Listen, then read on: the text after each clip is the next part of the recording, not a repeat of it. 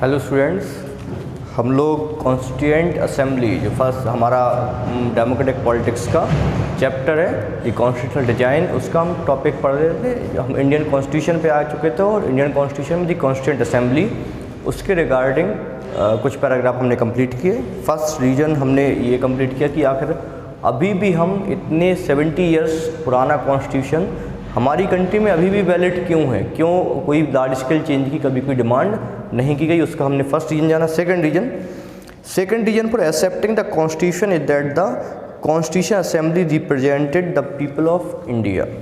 Second reason है for accepting the constitution is that the constituent assembly represent the people of India. ठीक है, तो जो constituent को जो एक्सेप्ट किया गया वो कॉन्स्टिट्यूएंट असेंबली ने, जो कि पूरे इंडिया के लोगों को रिप्रेजेंट करती है। There was no universal adult franchise at that time. ठीक है, उस समय कोई यूनिवर्सल एडल्ट फ्रेंचाइज नहीं था। यूनिवर्सल एडल्ट फ्रेंचाइज मतलब सबको वोटिंग राइट नहीं था। ठीक है, so the constituent assembly could not have been chosen directly by all the people of India. तो ये बात सच है कि जो कॉन्स्टिट्यूएंट असेंबली बनी वो इंडिया के सभी पीपल्स के द्वारा डायरेक्ट चूज नहीं की गई। It was elected mainly by the members of the existing provincial legislature that we mentioned above। तो जो इसको किसने इलेक्ट किया? Mainly by the members of the existing provincial legislature. ठीक है, जो प्रोविंशियल लेजिस्लेचर मेंबर थे उनके द्वारा इनको चूज किया गया।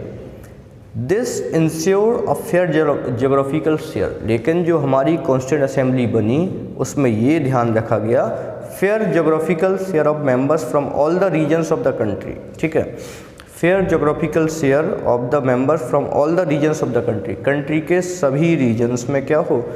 फेयर जोग्राफिकल शेयर हो, यानी कि हर एक member this ensure of fair geographical share of members from all the regions of the country. Country के सभी एरिया से क्या हो? इक्वल मेंबर्स हों। किसमें इक्वल मेंबर्स हों? हर एक ज्योग्राफी के, मतलब जो कॉन्स्टिट्यूएंट असेंबली मेंबर्स हो, तो ऐसा नहीं कि सब यूपी से आ गए, यूपी से भी हो, एमपी से भी, महाराष्ट्र से भी हो, प्लेन रीजन के भी हो, प्लेट रीजन के भी हो, और जो माउंटेन रीजन से उसके भी, तो हर एक एरिया से बिलोंग करें, सब ज्योग्राफिकल रीजन से हों। इस चीज़ का ध्यान रखा। The assembly was dominated by the Indian national Congress. ठीक है, असेंबली में डोमिनेशन यानी कि जो मैक्सिमम मेंबर्स थे वो किसके थे? वो इंडियन नेशनल कांग्रेस के थे।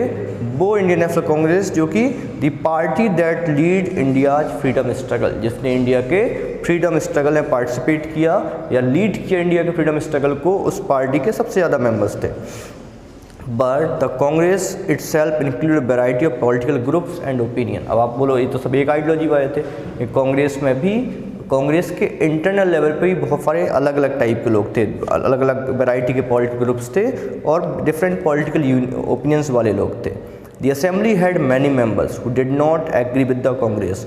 असेंबली में बहुत सारे ऐसे मेंबर्स थे। The assembly had many members who did not agree with the Congress, जो कि कांग्रेस से 100% एग्री नहीं थे। इन सोशल टर्म्स पे देखा जाए, the assembly represent members from different language group. तो असेंबली में ये ध्यान रखा गया कि डिफरेंट लैंग्वेज, हर एक लैंग्वेज ग्रुप के लोग शामिल हो, डिफरेंट कास्ट के लोग शामिल हो, डिफरेंट क्लासेस के लोग शामिल हो, डिफरेंट रीजन के लोग शामिल हो, different occupation and different business वाले लोग शामिल हो। Even if the constituent assembly was elected by universal adult franchise, even जो कॉन्स्टिट्यूएंट असेंबली जब यूनिवर्सल एडल्ट फ्रेंचाइज से इलेक्ट हुई, its composition would not have been very difficult. अगर होती, ठीक है, ये तो मतलब डायरेक्टली चूज की गई, कुछ पर्टिकुलर मेंबर्स के साथ चूज की गई।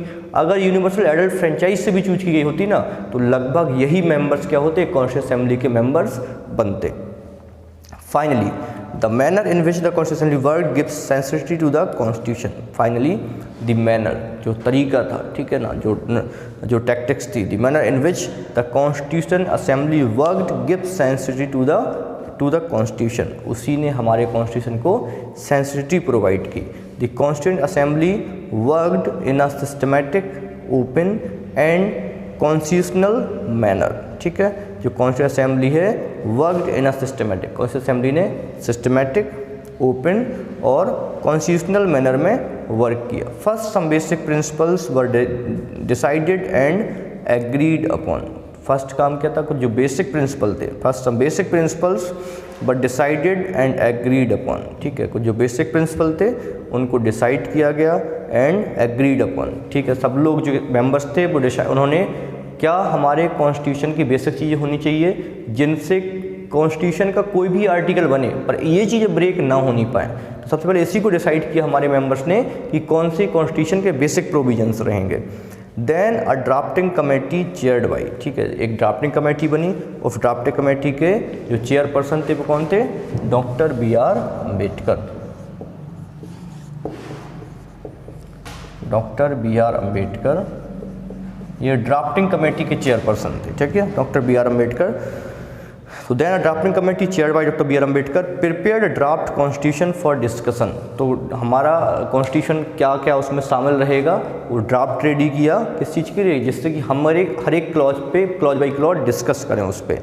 Several rounds of through discussion to place on the draft constitution clause by clause. तो बहुत सारे डिस्कशन के राउंड चले, ठीक है, एक पर्टिकुलर राउंड, दूसरा राउंड, और बहस हुई उस चीज़ के लिए क्या क्या चीज़ें होनी चाहिए, डिस्कशन हुआ। तो place on the draft constitution clause by clause, एक एक क्लॉज, एक एक आर्टिकल को लेकर डिस्कशन हुआ। मोर देन 2000 अमेंडमेंट्स वर कंसीडर्ड। कॉन्स्टिट्यूशन बनने से पहले भी मान लो एक पॉइंट पे हम पहुँचे, फिर लगा नहीं ये पॉइंट सही नहीं है, तो 2000 बार अमेंडमेंट चेंज किया गया कॉन्स्टिट्यूशन से पहले, ठीक है। The members deliberate for 140 days spread over 3 year. 3 साल में 140 डेज, ठीक है, जो total 2 years 11 months 18 days constitution बनने में लगा, उसमें 140 डेज डिस्कशन हुआ, लगातार डिबेट हुई इन टॉपिक्स को लेकर के। Every document presented and every word spoken in the constitution assembly has been recorded and preserve, ठीक है। एवरी डॉक्यूमेंट, जो भी हमने कॉन्स्टिट्यूशन बनाते समय जो भी डॉक्यूमेंट यूज किए, तो every document presented and every word spoken in the constitution assembly, constitution में जो भी वर्ड बोला गया वो रिकॉर्डेड है और प्रिजर्व है। These are called constitution assembly debates. और इन सब को जो हमारा जो प्रिंट थे जो यूज किए गए कॉन्स्टिट्यूशन बनाने में और जो हमने डिबेट किया, ठीक है, इनको क्या बोला गया? कॉन्स्टिट्यूशन असेंबली डिबेट, ठीक है। तो ये कॉन्स्टिट्यूशन असेंबली डिबेट्स के नाम से ये स्टोर है, प्रिंटेड है। When printed these debates are 12 बल्कि वॉल्यूम। तो ये डिबेट है, ठीक है, 12 बल्कि यानी काफ़ी हैवी पार्ट में ये स्टोरेज है, ठीक है। क्या स्टोरेज है? जो हमने अपना कॉन्स्टिट्यूशन के लिए जो डिबेट डिस्कशन किया, जो डॉक्यूमेंट्स यूज किए, तो वो 12 बल्कि वॉल्यूम्स में हमारे पास प्रेजेंटेड है, ठीक है। The debates provide the rationale behind every provisions of the constitution. तो कॉन्स्टिट्यूशन में कोई भी आर्टिकल को लेकर हम ये बात करते हैं कि ये क्यों बनाया गया, तो उसके पीछे क्या रीजन था, क्या उसके पीछे क्या इंटेंशन था, वो उन डॉक्यूमेंट्स को पढ़ के हमें समझ में आ जाएगी, ठीक है। तो the debates provide the rationale behind every provision of the constitution. हर एक कॉन्स्टिट्यूशन के प्रोविजंस के पीछे क्या रीजन छिपा हुआ है वो इसमें समझ में, इसके थ्रू समझ में आ जाएगा। These are use to interrupt the meaning of the constitution. जब भी दिक्कत आती है कॉन्स्टिट्यूशन किसी क्लॉज को लेकर कि आखिर ये क्लॉज कॉन्स्टिट्यूशन क्या कहता है, एक्चुअल में क्या है, तो उस चीज़ को समझने के लिए इन 12 बल्कि वॉल्यूम्स जो हमने यूटिलाइज किए कॉन्स्टिट्यूशन में डिबेट के तौर पे, उनका हम लोग यूज करते हैं उस कॉन्स्टिट्यूशन क्लॉज को समझने के लिए। तो इस तरीके से जो हमारा लेक्चर था कॉन्स्टिट्यूशन असेंबली के रिगार्डिंग वो हमने कंप्लीट किया। नेक्स्ट लेक्चर में हम guiding values of the Indian constitution, जो हमारा इंडिया कॉन्स्टिट्यूशन है वो किन वैल्यूज से गाइडेड है, किन चीज़ों को हमने अपने कॉन्स्टिट्यूशन में शामिल मतलब करने से पहले किन वैल्यूज को ध्यान में रखा, उसको हम नेक्स्ट लेक्चर में पढ़ेंगे। ओके, ठीक है, थैंक यू सो मच।